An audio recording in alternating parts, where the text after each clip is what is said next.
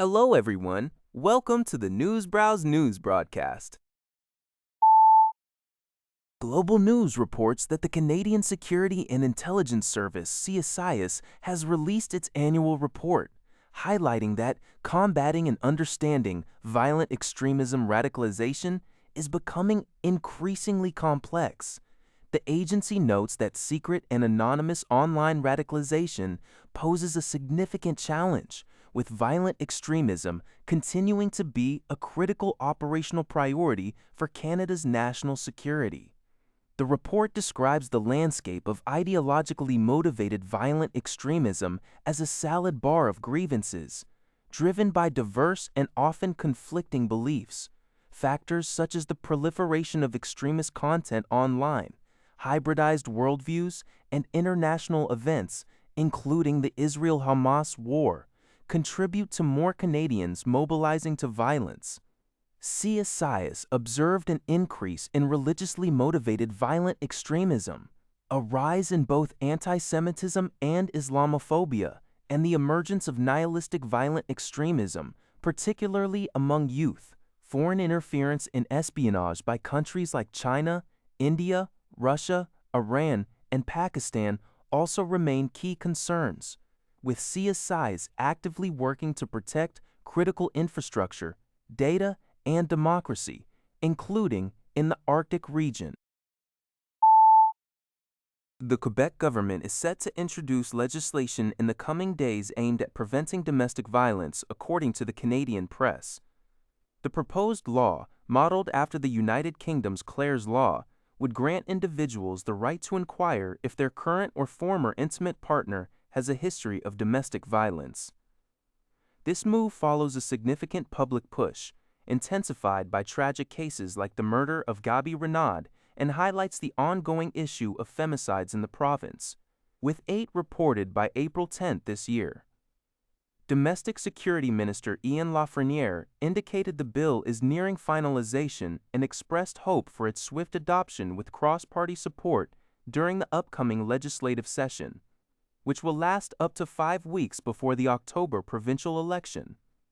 Several other Canadian provinces, including Alberta, Saskatchewan, Manitoba, and Newfoundland and Labrador, have already implemented similar laws.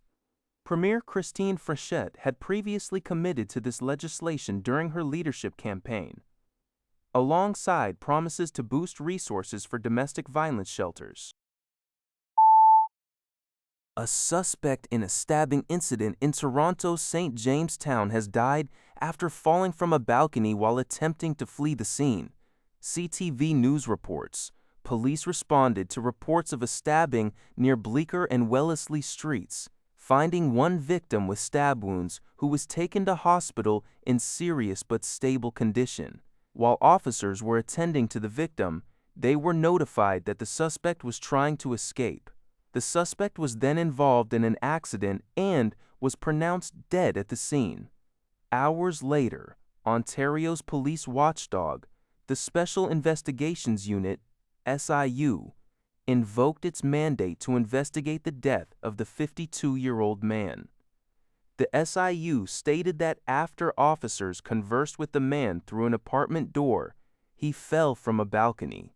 It is not yet clear if the suspect was actively being pursued by officers at the time of the fall. The SIU has assigned 3 investigators and 2 forensic investigators to the case. Global News reports that police in Behchokǫ, Northwest Territories, are actively investigating a shots-fired incident in the community. RCMP officers are currently searching for an estimated 5 to 6 individuals believed to be armed with long guns and traveling on 2 snowmobiles, one of which is described as orange.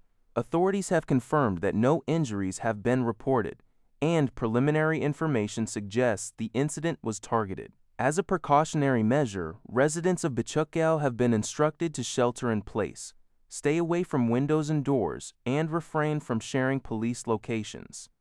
Additionally, Chief Jimmy Bruno School and Elizabeth Mackenzie Elementary School in the community were placed under lockdown. School officials assured parents and guardians that all students and staff are safe inside the buildings, and no one is permitted to enter or leave until police give the all clear. Students will be provided with lunch on site. Police stated that further information will be released as it becomes available. Global News reports that Canada Soccer announced on Friday that the federal government has committed $9.8 million towards a new National Training Center, NTC. This significant investment comes from the Build Community Strong Fund, a government program initiated in April to support new public infrastructure projects across Canada. Secretary of State for Sport, Adam Van Koeverden, emphasized that this funding is not merely for construction, but for establishing a world-class facility where Canadian athletes can train to represent their country at their best. The development of the NTC marks a crucial milestone, with Canada Soccer having already received 18 submissions for potential host locations. A formal request for proposals, RFP, is expected to be launched within the next 2 months, providing a detailed outline for the facility's construction. This initiative is especially timely as Vancouver and other Canadian cities prepare to host the 2026 FIFA World Cup, with the NTC envisioned as one of the tournament's most enduring legacy projects. CONCACAF President and FIFA Vice President Vittorio Montagliani welcomed the commitment, highlighting the positive impact of such infrastructure investments in the region. That's all for this video. Thank you for watching. See you in the next video.